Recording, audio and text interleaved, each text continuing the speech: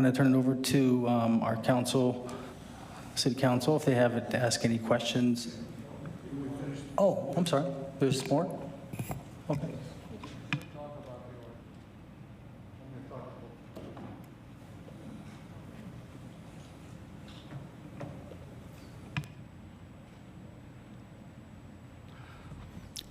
I'm going to talk about and again, I'm still Peter Goodman for the record. I'm going to talk about how the proposal comports with the city charter, statutes of New Mexico, the other existence of other committees in the city, and most importantly, the CBA collective bargaining agreement with the Las Cruces Police Association. I'll try to be brief, both because legal stuff is boring and because at least the charter part of it, I suspect you folks already know, even if not everybody does. But the city charter in no way precludes creating a board like we've talked about. As you know, City Charter Section 2.04 provides, quote, all powers of the city shall be vested in the council, except as otherwise provided by law or the charter, and the council shall provide for the exercise thereof.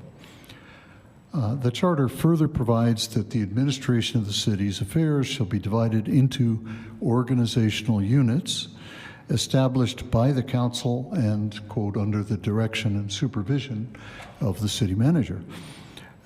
Such organizational units include fire department, police department, I think the city clerk, et cetera. They do actual things as part of the city conducting its business. And Section 2.05C provides that neither the mayor, the council, or any individual councilor can interfere with the city manager's discharge of those duties. And if this board were given powers to hire or discipline officers, deploy police in the streets, change the procedures of LCPD, that arguably would violate the charter. But the board is an advisory committee, not an organizational unit. Although it's to have access to all pertinent documents, it'll use those to make recommendations, not to fire or suspend people or anything else.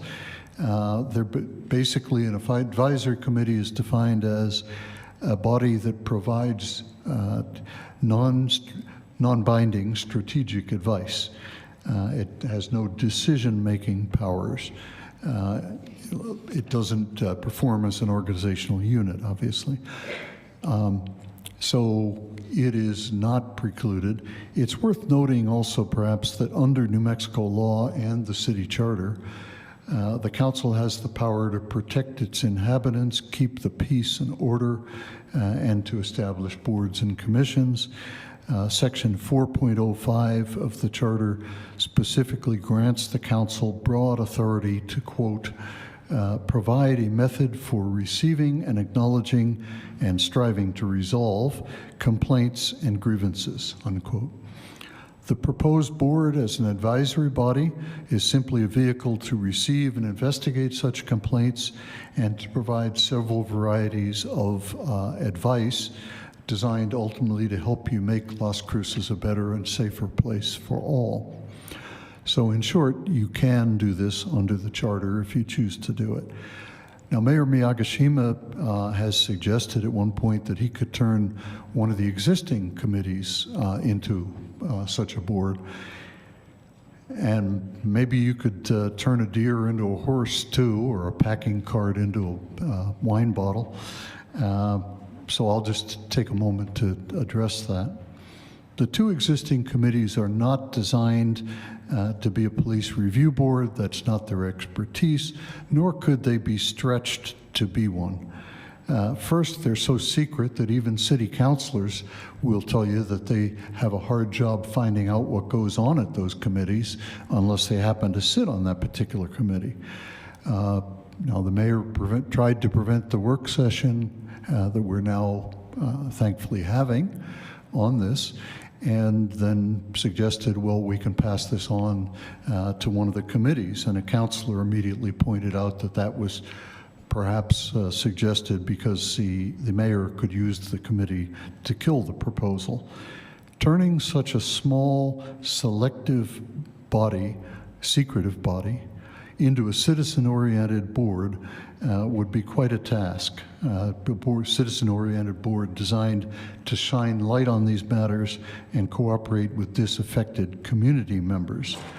Also, each of those committees presumably does something useful for the city. I know there's some good people on it, like former councilor and hospital executive Jack Ekman, municipal judge Kieran Ryan, and these small committees that keep what they're doing secret must be doing something that's helpful to the city. And if you turned that either of those committees into a big public deal with a whole lot of people, then you'd have to replace it for what it used to do, because you'd have a bunch of people chosen for their relationship to law enforcement issues. It would be much more public. A secretive board is just a bad place to start for a board that's designed to help community relations. You don't fix a lack of transparency and a shortage of fresh ideas by convening a secretive committee with very little diversity and adding a couple more people. Now, the most important part of what I need to address is how this comports with the Las Cruces Police Association, City of Las Cruces collective bargaining agreement. And it does comport with it.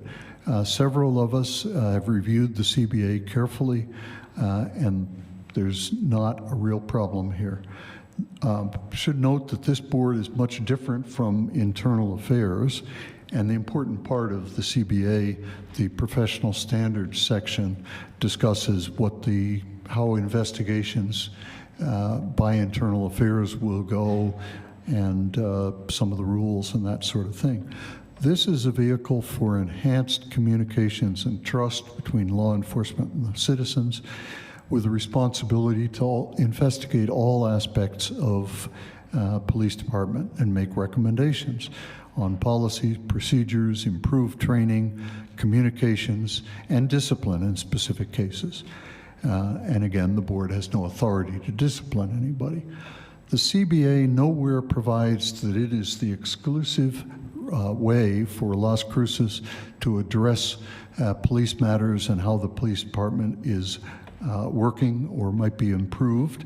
It nowhere suggests that the city can't seek an officer's testimony on pertinent matters. Most of the CBA's professional standards section guarantees rights that the board would also observe. I think it would have to, not only under the contract, but in many cases under state law. Advise the officer subject in advance, limit questioning to 2 hours or less, permit a union representative to be present, afford the officer the right to present testimony and documents that he or she might want to. That's what the board would do anyway, and the officer would be paid for time testifying before the board as per that provision of the CBA, and the officer's guarantee rights against self-incrimination would be fully respected. Further, if you read the CBA, to the extent that the association might complain of any of the board's actions or suggestions, Section 45 provides for the resolution of such problems. It provides, quote, the employer and the association may, upon mutual agreement and negotiation, place in effect a memorandum of understanding which may change provisions of this agreement or address matters which may become issues of mutual concern from time to time. If there were any problem that the police association had with the functioning of the board, that would be just such a matter of mutual interest. The board would require the LCPD to provide documents and would ask officers to testify. If they chose not to, that would be up to the chief of police, whether that was a disciplinable matter. The one point that the board would have trouble observing it, because when they renew the city and police renegotiated the agreement. They screwed up. They had a provision that said basically that the officer will be made aware of the complainant's identity, all complainant's identity, except if, and they had in the previous version, and the law states that if the police chief determines that it would be dangerous or impede the investigation to name the complainant, then that won't happen. Unfortunately, they screwed up and they deleted all but the first 3 words of the paragraph that said that part. But the board would figure to not identify some of the complainants because they would have come to the board on that understanding. The exception provided in the bargaining union and in the law should authorize that. And as a practical matter, I think the police officer in most cases, having done the investigation, written the reports on the basic case, probably can make an educated guess as to who the complainant was.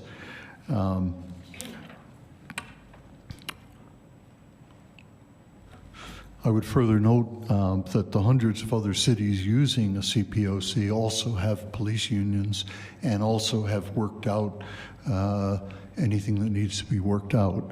It's not impossible. In closing, I just want to say, reiterate that such oversight boards are helping create police accountability in a lot of places. No charter, law, or union contract prevents you from taking this step. It's likely to help. It's hard to see any way that it could hurt. And we're happy to respond to questions from the council. We understand that this is a politically risky step. But if you don't try this very promising idea, if you don't try it now because it's not politically convenient, how will you feel when you watch the next video of a citizen getting killed by our police officers, your police officers?